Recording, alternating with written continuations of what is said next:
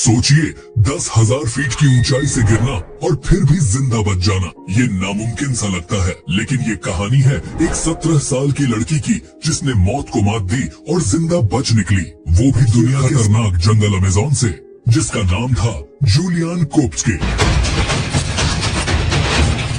24 दिसंबर 1771 को 17 साल की एक लड़की जिसका नाम था जूलियन अपनी मां के साथ लंसा फ्लाइट 508 में सवार होती है। वे पेरू के लीमा से पुकालपा शहर जा रही थी क्रिसमस की छुट्टियां मनाने और अपने पिता से मिलने के लिए। मौसम साफ था, सब कुछ एकदम परफेक्ट लग रहा था। फ्लाइट में 92 पैसेंजर थे, जिनमें से 6 क्रू मेंबर्स थे। प्लेन अपनी मंजिल की तरफ तेजी से बढ़ रहा था, तभी अचानक प्लेन जोर से हिलने लगता है। पैसेंजर्स घबरा जाते हैं क्योंकि प्लेन एक बहुत बड़े तूफान में फंस चुका होता है। जूलियन जो विंडो सीट पर बैठी थी, वह बाहर देखती है और उसे एक बहुत तेज रोशनी दिखाई देती है जो प्लेन के दाएं विंग से टकराती है। प्लेन में चीख पुकार मच जाती है, सारे अलार्म्स बजने लगते हैं। पायलट्स प्लेन को कंट्रोल करने की पूरी कोशिश करते हैं, लेकिन तब तक बहुत देर हो चुकी थी।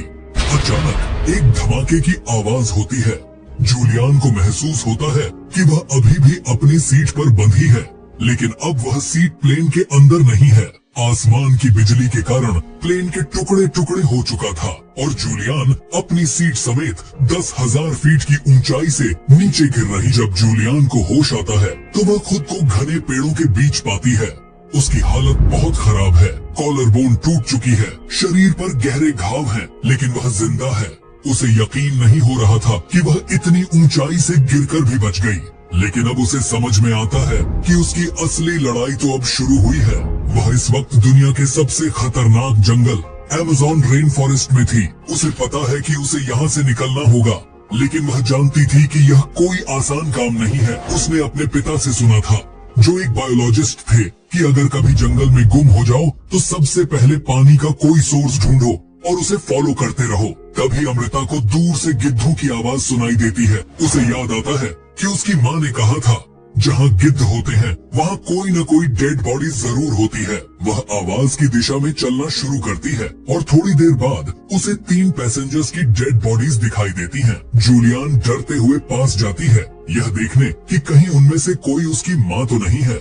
उसे राहत मिलती है कि उसकी माँ वहाँ नहीं है। पास में उसे एक बैग नजर आता है जिसमें कुछ कैंडीज पड़ी होती हैं। पिछले 3 दिनों से भूखी जूलियन के लिए यह किसी खजाने से कम नहीं था। जूलियन एक छोटी सी कैंडी खा ली, ये सोचकर कि शायद कल कुछ मिल जाएगा, पर जूलियन को नहीं पता था कि आने वाले कई दिनों तक उसे सिर्फ इन्हीं चंद कैंडीज पर निर्भर रहना पड़ेगा। उसकी आंखें लगातार ऐसे रास्ते की तलाश में थीं जो इस डरावने जंगल से बाहर ले जा सके, लेकिन प्लेन क्रैश के 3 दिन बाद भी वो अब तक उस रास्ते को ढूंढने में नाकाम थी। तभी कहानी में ट्विस्ट आता है। जूलियन को एक नदी की आवाज सुनाई देती है और उसे अपने पिता की सलाह याद आती है, follow the water, it will lead you to civilisation. वह नदी के साथ साथ चलना शुरू कर देती है। कई दिन बीत जाते हैं, उसकी हालत खराब होती जाती है, लेकिन वह हार नहीं मानती। वह जानती है कि यही एक रास्ता है। लगातार कई दिनों तक चलने की वजह से जूलियन की हालत इतनी बिगड़ चुकी थी कि अब उसके लिए आगे बढ़ना ऑलमोस्ट इम्पॉसिबल हो गया था। इसलिए उसने फैसला किया कि वो नदी में तैरकर आगे बढ़ेगी। अगले 2 दिन तक जूलियन मुसलसल नदी में तैरती रही, बस खुद को जिंदा रखने के लिए। इस जंगल में अब उसे 8 दिन गुजर चुके थे और 17 साल की जूलियन अपने सर्वाइवल के लिए हर मुमकिन कोशिश कर रही थी। होकर उसने आखिरकार पानी में मौजूद मेंढकों को खाने का सोचा, लेकिन उसके जिस्म में इतनी एनर्जी भी नहीं थी कि वो उन्हें पकड़ सके। इन तमाम चैलेंजेस से जूझते हुए जूलियन ने आगे बढ़ना जारी रखा। तभी एक और मुसीबत ने उसे घेर लिया। नदी में तैरते हुए जूलियन को अपने बाजू पर कुछ सरसराहट महसूस होती है, जैसे कोई चीज उसके जख्मों को अंदर से खा रही हो। घबराकर वो तुरंत नदी से बाहर निकलती है और अपने जख्मों को देखती है। देखते ही उसे पता चलता है कि उसके जख्मों में कीड़े पड़ चुके हैं। ये देखकर जूलियन जोर जोर से चिल्लाती है, लेकिन इस वीरान जंगल की खामोशी में उसकी चीख सुनने वाला कोई नहीं था। ये जानकर भी जूलियन ने हिम्मत नहीं हारी और फिर से आगे बढ़ने का फैसला किया। अब जूलियन को इस जंगल में 10 दिन हो चुके थे और वो धीरे धीरे नदी के साथ आगे बढ़ रही थी। वो ऑलमोस्ट अपनी उम्मीद खो चुकी थी, मगर थोड़ी देर बाद पानी में तैरते हुए उसे कुछ अजीब सा महसूस होता है, जैसे नदी का साइज धीरे धीरे बड़ा हो रहा है। थोड़ी दूर तैरने के बाद उसे किनारे पर कुछ दिखाई देता है। वो अपनी आंखों पर यकीन नहीं कर पाती, शायद उसकी कमजोर नजरें धोखा दे रही हों।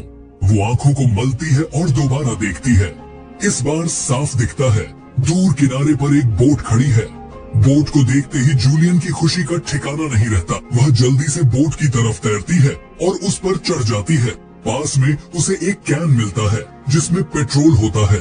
वह पेट्रोल को अपने घावों पर डालती है ताकि घावों में पड़े कीड़े मर जाएं। थकी हारी जूलियन वहीं बोट के पास इंतजार करती है। कुछ घंटों बाद 3 स्थानीय शिकारी अपनी बोट के पास आते हैं तो वह जूलियन को देखकर आश्चर्यचकित हो जाते हैं कि इस घने जंगल में इतनी छोटी सी लड़की कैसे पहुंच गई। जब वे उससे पूछते हैं तो जूलियन सिर्फ इतना ही कह पाती है, मैं लांसा फ्लाइट 508 की पैसेंजर हूँ, और बेहोश हो जाती है। यह सुनते ही वे समझ जाते हैं कि उन्होंने एक चमत्कार को देखा है। वे उसे सुरक्षित बाहर निकालते हैं और इस तरह अमृता की अनहोनी कहानी दुनिया के सामने आती है। यह सिर्फ एक सर्वाइवल की कहानी नहीं है, बल्कि यह इंसानी जज्बे और हिम्मत की कहानी है। अगर आप जूलियन की जगह होते तो क्या आप इतना साहस दिखा पाते? कमेंट्स में बताइए और ऐसी ही और कहानियों के लिए चैनल को सब्सक्राइब कीजिए।